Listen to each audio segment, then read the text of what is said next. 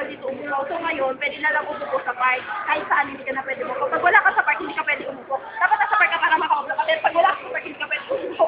Ha? Yes mo? Kaya huwag ka pwede kayo umupo sa park. Nasaan ka? Wala ka sa park? Huwag ka umupo. Ha? Hindi ka pwede umupo pag wala ka sa park. Punta ka muna sa park para makaupo ka. Ha? Pasok ka? Nasa jeep ka.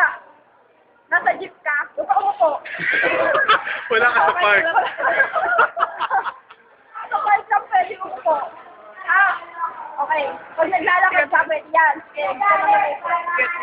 Ha? Kathleen!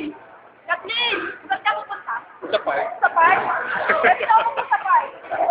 Ay, ko? Sige. Pag sa jeep ka, pwede ka na lang kasi bawal ka umupo. Wala ka sa park.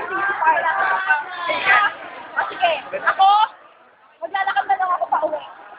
Kasi hindi ako pwede kumupo sa jeep. Kasi hindi yung park.